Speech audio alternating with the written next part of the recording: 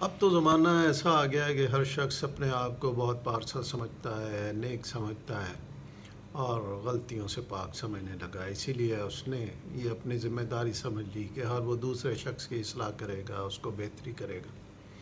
اور ہم نے دیکھا ہے کہ کسی کی میں غلطی تلاش کرنا، اس کو سمجھانا، اس کو اچھی اچھی باتیں کہنا اور اسے بتانا کہ کیسے وہ اپنے عمل کو بہتر کر سکتا ہے، یہ ایک عام سا معمول ہو گیا ہے. ہر شخص اس کی اپنی ذمہ داری کرتا ہے، یعنی وہ اچھائی کی تبلیغ کرتا ہوا نظر آتا ہے.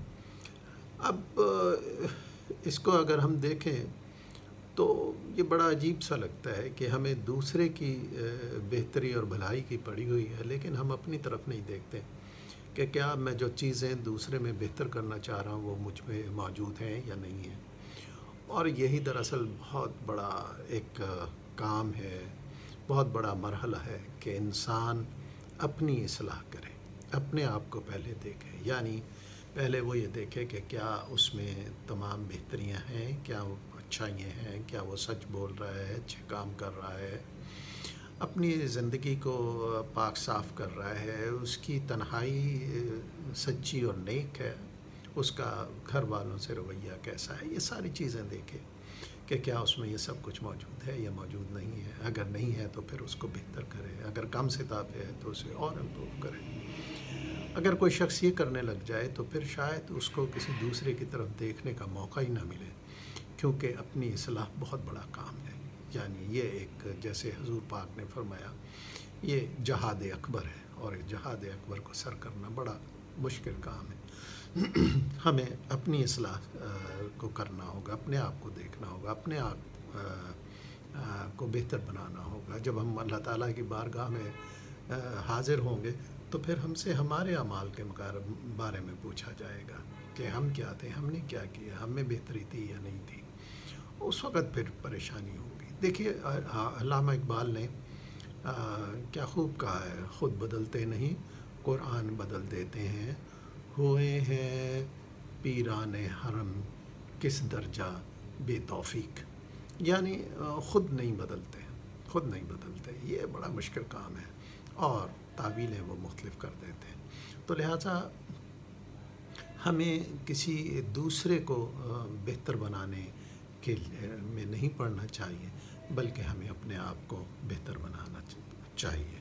کوئی کیا کر رہا ہے اس کی مجھے اتنی فکر نہیں ہونی چاہیے، میں کیا کر رہا ہوں اس کی مجھے فکر ہونی چاہیے.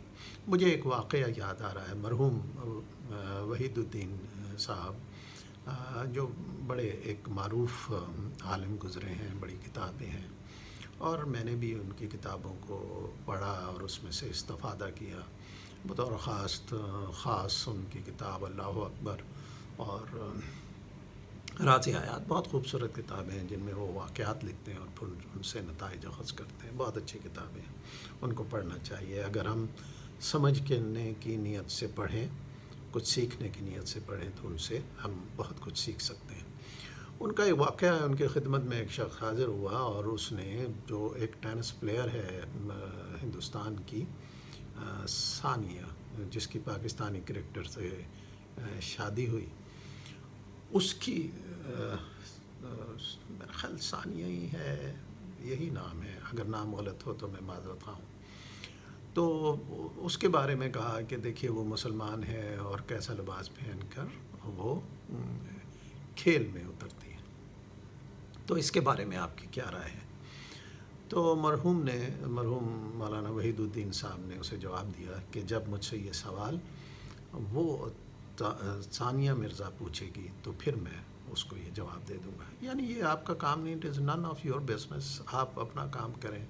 وہ جب مجھ سے پوچھے تو پھر میں اس کو بتا دوں گا. یعنی بتا دوں گا کہ اس سے ہمیں یہ نتیجہ اخذ کرتے ہیں کہ ہمیں دوسرے نہیں، ہمیں اپنے آپ کو دیکھنی چاہیے. مجھے دوسرے کے لباس کی فکر نہیں ہونی چاہیے، مجھے اپنا لباس دیکھنا چاہیے، اور پھر ہی میں صحیح طور پر ایک بہتر انسان بن سکوں گا.